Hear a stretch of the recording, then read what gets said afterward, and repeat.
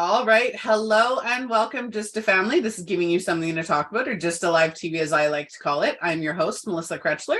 I'm an identity coach, spiritual teacher, business mentor, and creator, founder of not only Just a Live TV, but also the Women Supporting Women Can Network, and a few other things. If you'd like to know more, please check out my website below.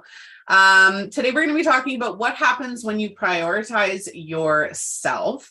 In doing that, we're going to be discussing the most amazing benefits that come when you prioritize self-care, self-love, and self-awareness. Today's episode has been sponsored by ME Coaching. Open yourself up to the possibilities of growth and exploration and embrace the concept of expansion. By doing so, you can embark on a journey of personal development and enrich your life with new experiences, ultimately leading to a more fulfilling and meaningful existence. And you can do that with Me Coaching through their offers, which you can find on their website, or by joining their Facebook group. Links in the description. Go and check those out. And I'm going to hand it over to our guest speaker today, Erin Wood. Would you like to introduce yourself? Yes, I am Erin Wood, founder and life coach with Me Coaching, and I am here just to have a wonderful conversation with Melissa about how amazing things happen once I started prioritizing myself. Mm-hmm. And it's a lot of people don't realize that. So I have woo, I have all of it. And a lot of the times what people don't realize is that when you prioritize yourself, number one, it's not selfish. Number two, it's not woo. And a lot of people assume that self-care is when you do meditation or breathing or any mindful practices or exercises, that it comes from, spirituality or woo, when in reality, it really doesn't. It's energetics. It is, scientific based fact on how you can heal and create a happier, healthier you by focusing on yourself. What do we teach in schools now? How to fill each other's cups, how to make sure that we are taking care of ourselves and our emotions and all of those things. And, as much as I might bash the school systems at times, they are teaching that. And I've noticed that with my younger two daughters and what they would teach in school about learning what your emotions are and how to identify them. And that was a really big one for me, because emotions are a part of self-care. So, like I said, we're going to be talking about all about the benefits of self-care. So let's start with talking about what happens when we're not practicing self-care. And I know that you have some instances where you didn't practice self-care, and you struggled with those. Yes, I was really, a little backstory is that I've been chronically sick since I was 16, considered disabled with all of my autoimmune health problems. And I really struggled through life. Life was hard. And but God, I met an amazing man. I got married, but I also had 4 strokes about 10 years ago when I was 33. And life was hard, and I did not prioritize myself first. I was just waiting for something to happen and for me to get better using just regular medical, interventions. And it wasn't until I realized that I needed to take control of my life and stop putting everybody else first. I am a people pleaser, and I'm working on that. I'm a recovering people pleaser, maybe. But when I started taking care of myself, then I had the energy to take care of other people and do things, do selfless things for other people too. And it all started with loving myself first. Yeah. When you have the ability to put yourself first, you become a better version of yourself. You become a more holistic, a more true version of yourself, where, they talk about, giving people from your cup when your cup's not full. We've had a lot of people on the show who've said, don't give from your cup, give from the overflow of your cup. Always make sure that your cup is overflowing so that you can give from the saucer underneath, catching it all. And it's so very true. When you're not at your best, your family notices, your friends notice, if you are a CEO or an entrepreneur, or even just your career, it's felt in there. When you're not at your best and you're not producing at your best, everybody around you kind of struggles with you. Yeah, definitely. I like that analogy with the cup full. I always use it as a analogy of a savings account with your bank account. You want to take care of yourself and get that savings, that money reserve. So then you have something to spend on other people and don't go in to you don't, go broke, you know. But you do. But how do you do that? Well, first of all, loving yourself, respecting yourself, listening to the subtle signs or not so subtle signs. Like my body was not being subtle about. I had migraines, I had fatigue, I had panic attacks, I had anxiety, I had depression, and I would just not listen to those signs. And one day I had enough. And it really was triggered by me making a comment to my husband that I loved him more than myself. And his reaction made me start to examine, and I set my New Year's resolution of, how do I start taking care of myself and loving myself? And I found out that if you don't love yourself, how do you love other people the way they deserve? So loving myself was changing my diet and adding the nutrients that my body needed. Stop relying on different medications. I mean, yes, medications are great and necessary in some instances, but proper nutrition made my brain work better than it did before my stroke. And I started to exercise. Water aerobics became my best friend, and I loved it.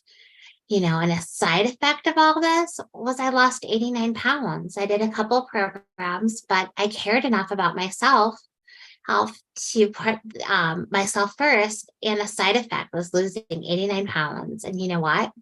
I can move. I can do things. I can walk across the room. I can work or walk my dogs. I can do everything without pain. And I can think, and it's beautiful. Yep. Some other symptoms of what happens when start focusing on yourself and prioritizing yourself is confidence. When you start prioritizing yourself and unconditionally loving yourself, and I've said this 100 times and I'll say it again, unconditional love is loving yourself, but you don't have to like everything about yourself. You don't have to like, if you're overweight, you don't have to like that. If you have stretch marks, you don't have to like that. I always use my own examples, but your unconditional self-love is not about loving. It's about loving everything about you, regardless of whether you like it.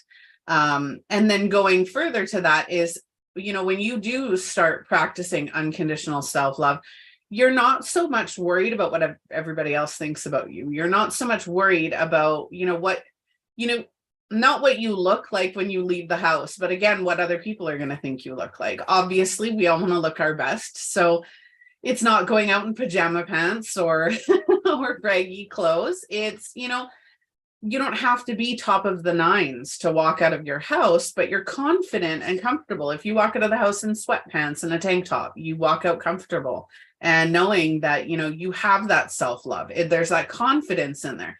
And when you start to feel confident about who you are, what you look like, all of that, the rest kind of comes together naturally. You start wanting to eat healthy. You start wanting to be active. I know that when I become active and I'm really confident and I'm having a great time and I'm feeling good about myself, I tend to lose weight really quickly without even trying. And that goes hand in hand with that confidence and that self-love. It's like my whole existence wants me to look and act a certain way, and it just all again comes together on its own. Yes, that confidence was amazing. Once I started believing myself and thought I was worthy, I realized that, you know what, I have value to add to other people. I was a mental health crisis counselor for a long time, and that was really draining.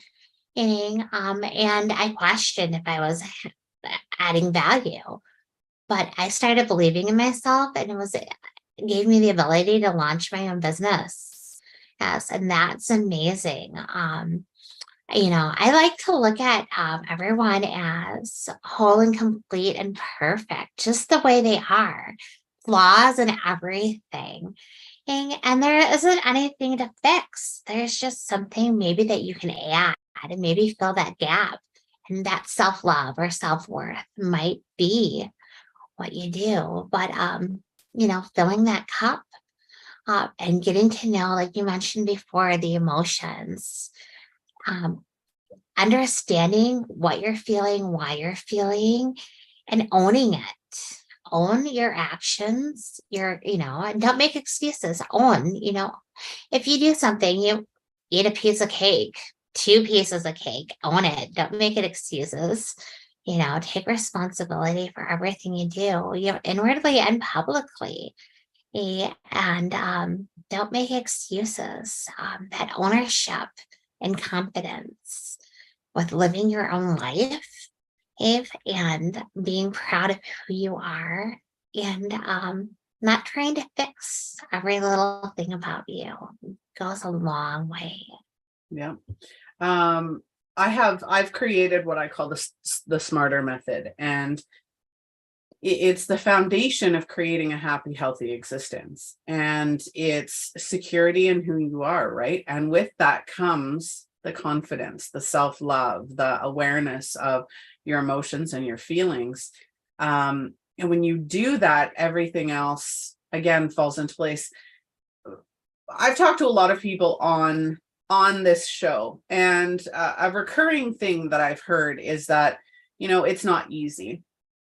And while it isn't always easy, and I think that the hardest part about trying to make these changes or trying to switch your habits or your comfort zone is, again, that comfort zone, right? You have societal expectations. I did a diagram once of a box. So just a shadow box, right?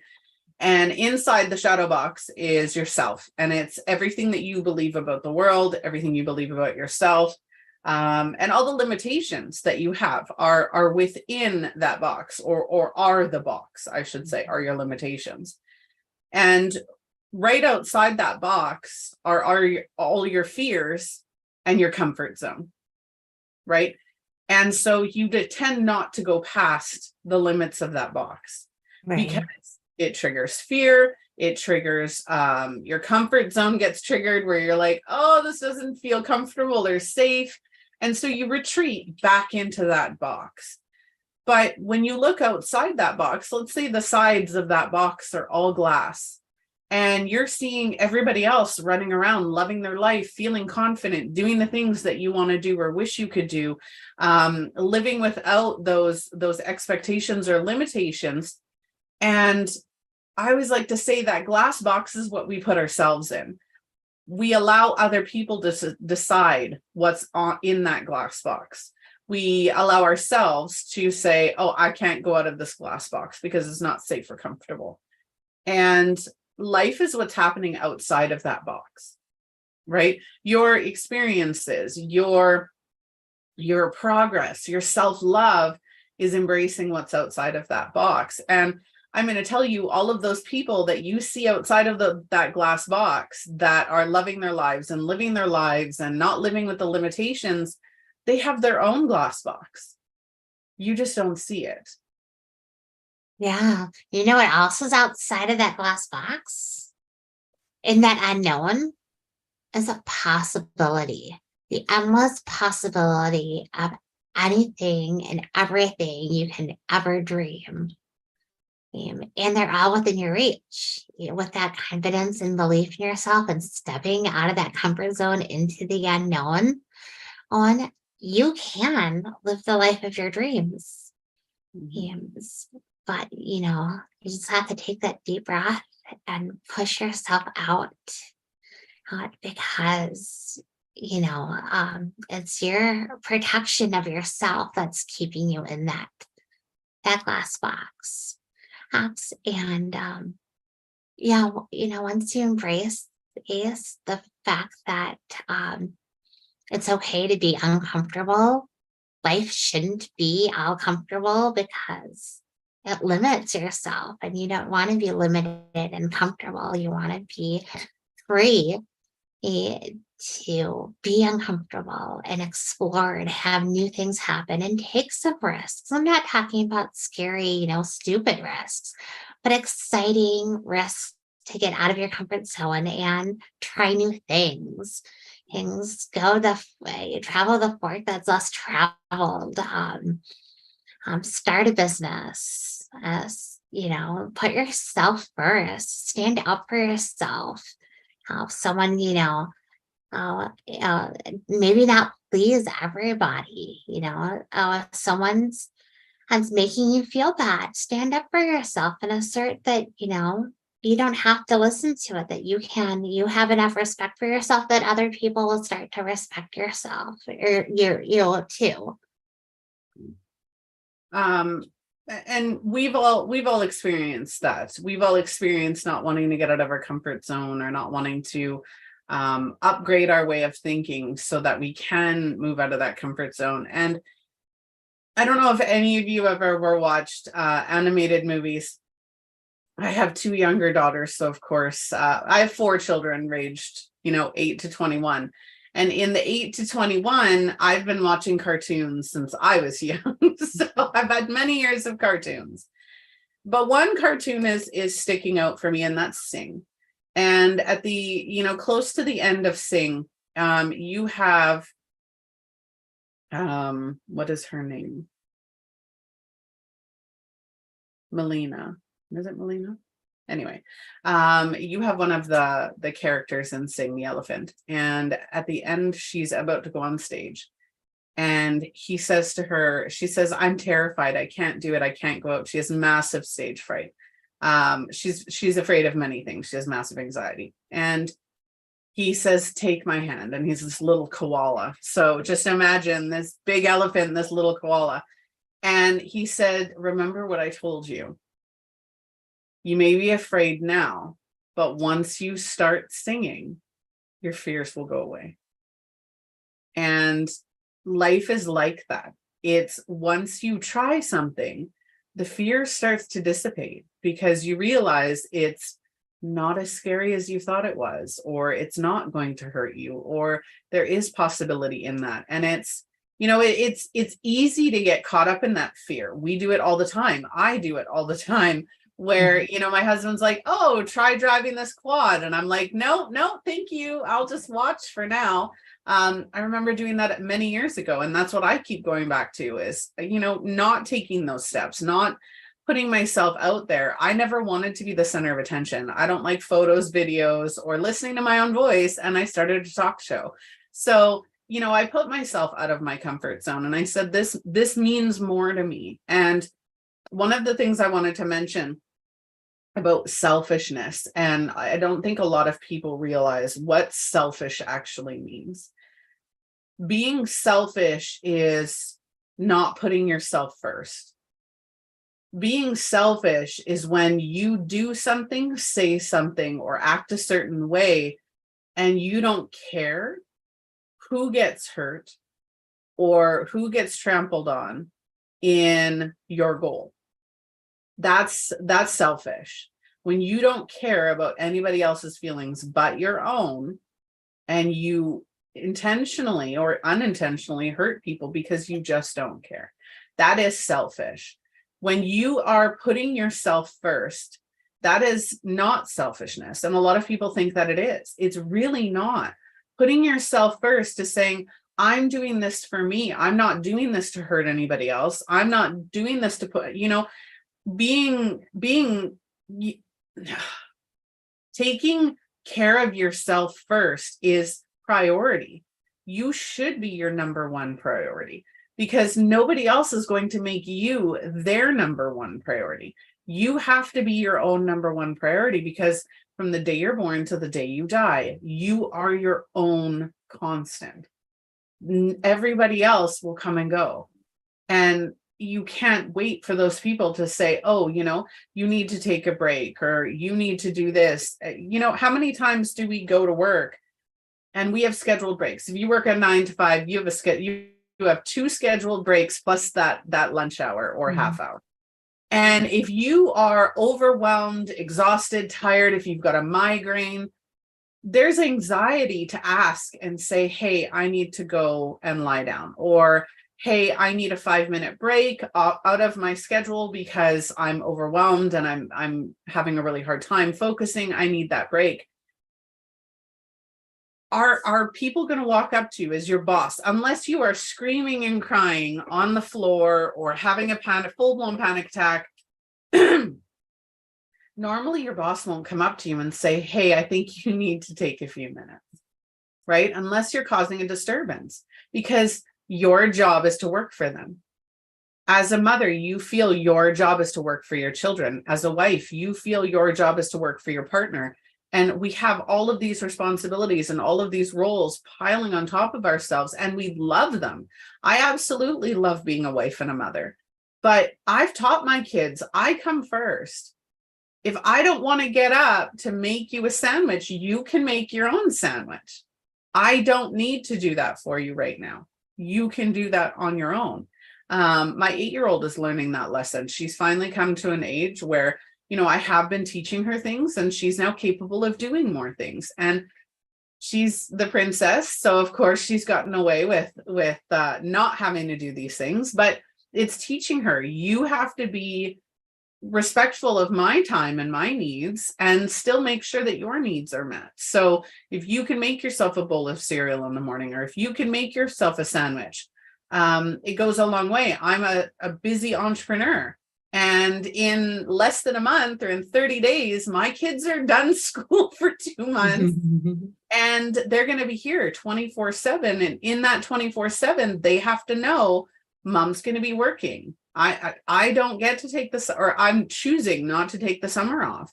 And that means I still have to work. I'm still going to be in meetings. I'm still going to be doing lives and shows and, getting things done for my well-being, and in the long run, their well-being. And they have to respect and honor that and make sure that they're taken care of during that time. It's not selfish.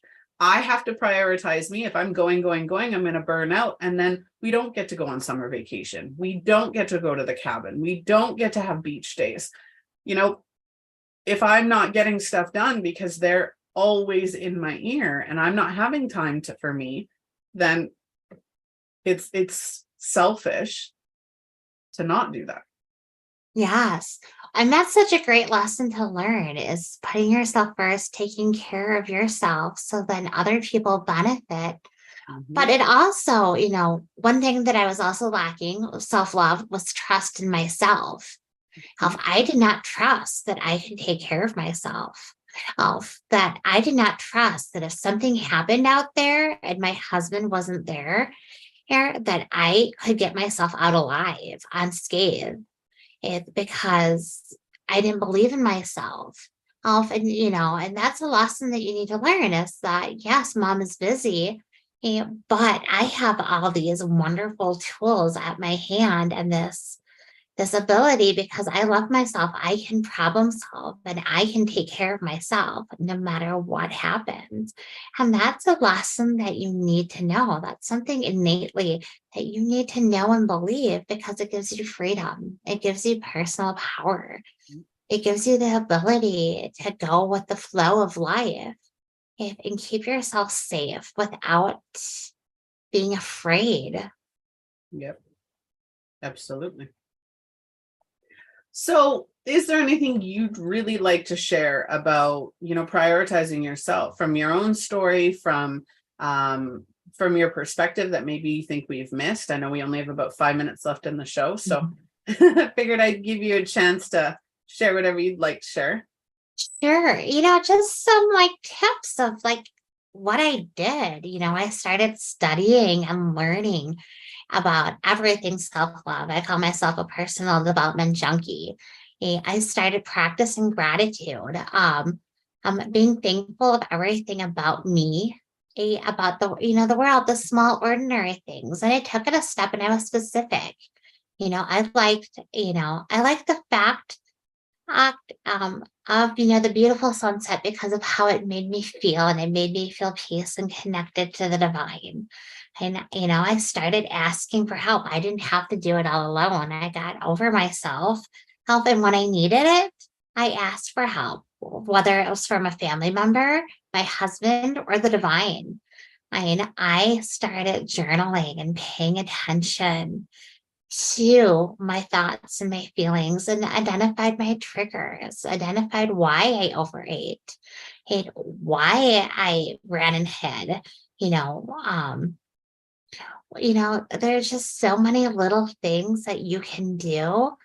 Once, that morning routine. I think that the morning routine, taking that time in the morning to do a little bit of, me time, read, learn, practice gratitude, journal, meditate. I don't meditate every day, but I like to center myself, help and connect. But there are all these little tricks, because some people think that self-care is just getting a massage. Yes, getting a massage is a form of self-care, but you need to do so much more, and you need to do something constantly. Hey, every day, a couple times a day, take that time to yourself multiple times a day, just for a moment to center yourself and breathe. Yeah. And self-care is really anything that brings you happiness. It's anything that brings you calm and peace. Our go-to is happy all the time, right? You have the toxic positivity movement that came in like a whirlwind, and it's great. I'm not saying that positivity isn't great. It absolutely is, but that's not when you're relaxed, when you are centered, when you are grounded, and when you are calm, that is your natural state, is calm. Your natural state is this in between, where you're not crazy happy, you're not crazy sad, you are just in between, and you're calm with the world, right? There are things that bring you super joy, that make you really happy, and that provide you with the gratitude and embracing the moment.